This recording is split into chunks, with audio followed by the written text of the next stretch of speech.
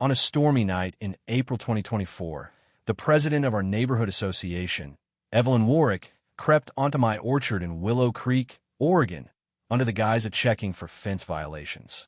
She never anticipated getting caught. Her rain-soaked coat snagged on my reinforced iron fence. A tattered umbrella clutched futilely to shield her face from my security cameras. For months, she'd hounded me with accusations of property line encroachments, threatening lawsuits, and even hinting the association board could seize my land. But that image of her, flailing in her nightgown, umbrella in tatters, became the spark that unraveled her carefully built empire of manipulation. What I uncovered about her nocturnal trespasses would dismantle her schemes entirely. That broken umbrella? I sold it for $60,000. The video of her debacle? It's still racking up views by the minute. Drop a comment with where you're watching from. This fight didn't end at the association meeting. It began at the top of my fence. 8 months ago, life was blissfully uncomplicated. I was a freelance web developer, working from the orchard my great-uncle had left me in Willow Creek, a quiet 12-acre plot our family had owned since the 1930s. My days were spent coding, my evenings tending to my apple trees and my goats, with my loyal dog, Juniper, trotting beside me. The land wasn't flashy, a creaky barn, a weathered farmhouse, and fence posts older than me, but it was home, a slice of serenity I never thought would land me in someone like Evelyn's crosshairs. When Evelyn took over as association president a year prior, she'd swept in with promises to preserve property values and modernize community standards. At monthly meetings in the town hall, she'd glide in wearing tailored blazers, her voice smooth and commanding, framing every rule as a gift to the neighborhood's future. Neighbors nodded along, too charmed to question her. Trouble brewed in early August when I spotted her silver SUV idling near my orchard. Evelyn stepped out, clipboard in hand, a pristine hard hat perched on her head like a prop. "Mr. Larson," she announced, bypassing any greeting, "I'm inspecting boundary compliance per association regulations, Article 5.2c. She measured my fence with theatrical precision, then fixed me with a smug grin. "Your fence is 2.5 inches over the community line. This violation must be corrected immediately." Stunned, I stood there, a bag of goat feed in hand, grappling with her claim over a sliver of dirt. That night, I pored over every document my great-uncle left: deeds, surveys, tax records, all confirming the fence had stood legally for 70 years. When I called Evelyn to clarify, her tone was icy. "Old records can be wrong, Mr. Larson. Errors happen with properties like yours. Be reasonable, and we'll sort this out." Her reasonable meant tearing down my family's history over a baseless claim. I offered to fund an independent surveyor. She refused, insisting the association's experts were sufficient. I proposed shifting the fence inward. She shot that down, claiming it was structurally deficient and needed a full rebuild to her specs. Every solution I offered met a wall of escalating demands. This wasn't about 2.5 inches, it was something bigger, though I couldn't yet see what. The harassment ramped up fast. Certified letters arrived, citing violations with $400 daily fines until I demolished the fence. A jittery surveyor appeared unannounced, dodging questions about his credentials and fleeing when I snapped photos.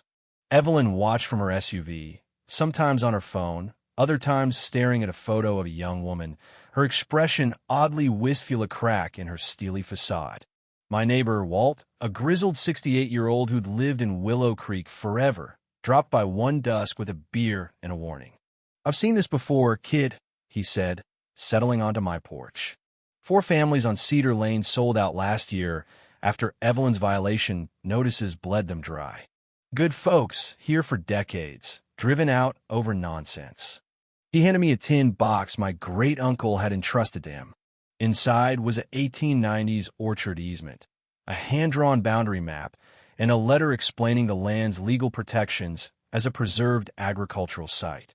No association could force changes as long as I maintained its agricultural use. Relief washed over me, but so did fury that I needed this shield at all. That night, I installed security cameras, driven by a gnawing unease. At 1:47 a.m., they caught Evelyn and her surveyor skulking through my orchard. They weren't measuring, they were planting evidence, dumping debris near my compost, snapping photos to fake violations, and installing odd devices along my fence. Evelyn's dropped phone revealed the truth. Larson Property Acquisition, Phase 2 Vineyard Resort Final Parcel. Maps mark my land and others in green, yellow, and red, with notes on easement workarounds and contacts for developers and Aurora Properties LLC. She wasn't just a petty tyrant, she was orchestrating a land grab, using the association to strong-arm owners into selling cheap for a luxury vineyard project. My 12 acres were the linchpin. Without them, her deal collapsed.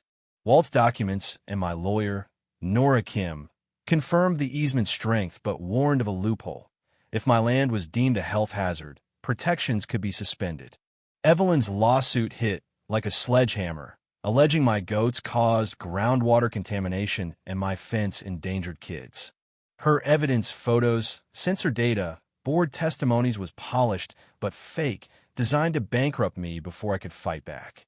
Digging into her past, I found Evelyn Warwick was a former property lawyer with a trail of aliases: Ellen Vance in Idaho, Eva Walsh in Utah, linked to similar scams.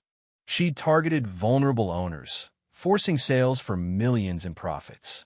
The turning point came during a ferocious storm in April.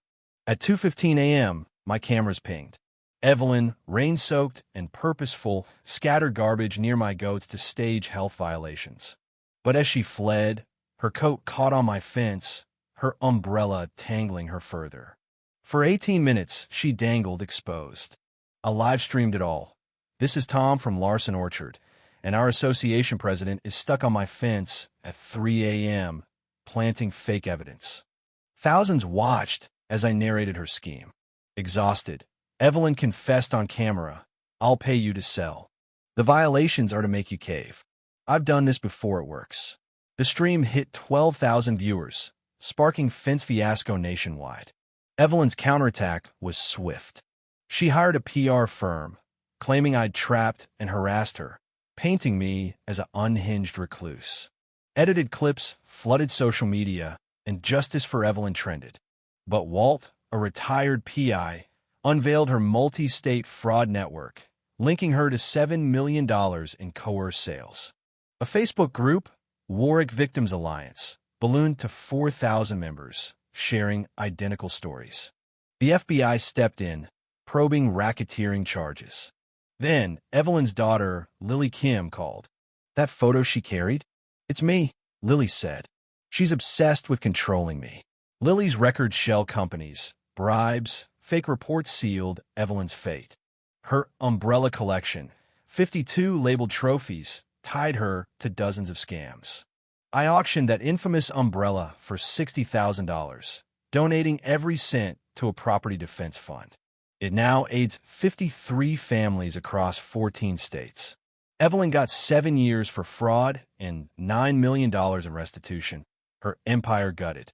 She sent an apology from prison, linking her crimes to losing Lily and a need for control. I felt a flicker of pity, but wrote back that her victims were thriving. My orchard's now a hub for advocacy, my bond with Lily deepening into love. Willow Creek's new association is transparent, and our community gardens bloom where Evelyn's lies once festered. What would you do if someone tried to bully you out of your home? Should victims forgive predators who show remorse, or is justice enough?